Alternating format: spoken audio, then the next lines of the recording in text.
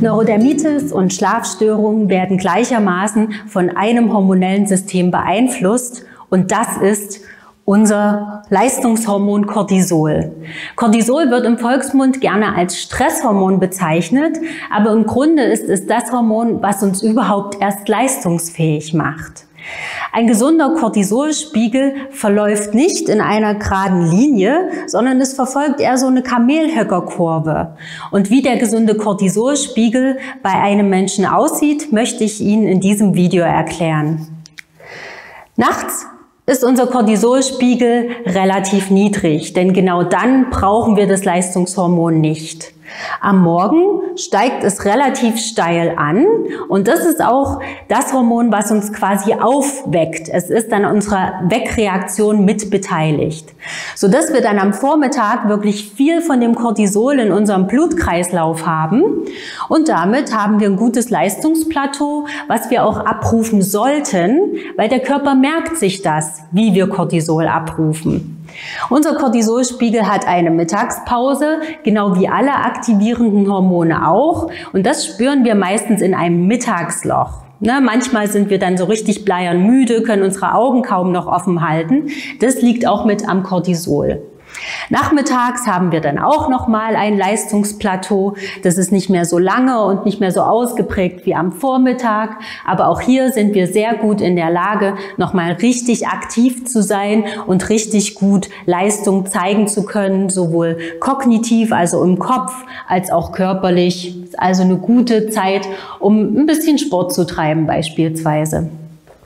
So ab 17, 18 Uhr nimmt bei den meisten Menschen der Cortisolspiegel ab, sodass er dann am späten Abend wieder weitestgehend zum Erliegen kommt, sodass wir nachts gut schlafen können. Nachts brauchen wir ja keine Aktivierung, da wollen wir ja in Ruhe uns erholen und da sind dann andere Hormone am Werk, nämlich die deaktivierenden und schlafstabilisierenden Hormone.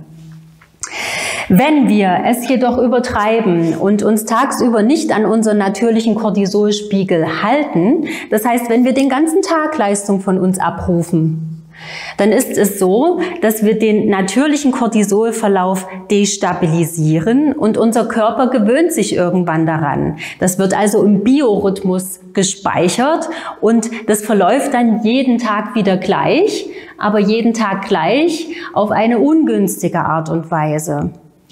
Weil dann schafft es der Körper abends nicht mehr, sich runter zu regulieren und das Resultat ist, dass wir einen dauerhaft erhöhten Cortisolspiegel haben. Beim Schlaf äußert sich das darin, dass wir nachts nicht mehr runterfahren können und damit nicht mehr in den Tiefschlaf, in die tiefen Erholungsphasen kommen. Und bei ihrer Neurodermitis hat es die Auswirkung, dass das Cortisol für die Dauererregung ja irgendwo herkommen muss. Und wenn unser Körper im natürlichen Cortisolverlauf erschöpft ist, wenn wir ständig zu viel Cortisol aus unseren Nebennieren abgerufen haben, dann holt sich das der Körper von Regionen, wo noch Cortisolreserven gespeichert sind und das ist dann ihre Haut. Das heißt, die entzündungshemmende Wirkung, die das Cortisol in sich hat, kann dann in ihrer Haut nicht mehr stattfinden, weil das Cortisol abgerufen wird, um zur Leistungsfähigkeit, zum Stressabbau, zum Stresserhalten in den restlichen Organismus reingezogen wird. Das bedeutet für Sie, versuchen Sie Ihren Tagesablauf entsprechend des natürlichen Cortisolspiegels zu halten, es quasi nicht mit stressigen Situationen zu übertreiben, denn genau dann kann Ihr Körper das selber regulieren, hat genug vom Cortisol und braucht es nicht aus Ihrer Haut zu ziehen.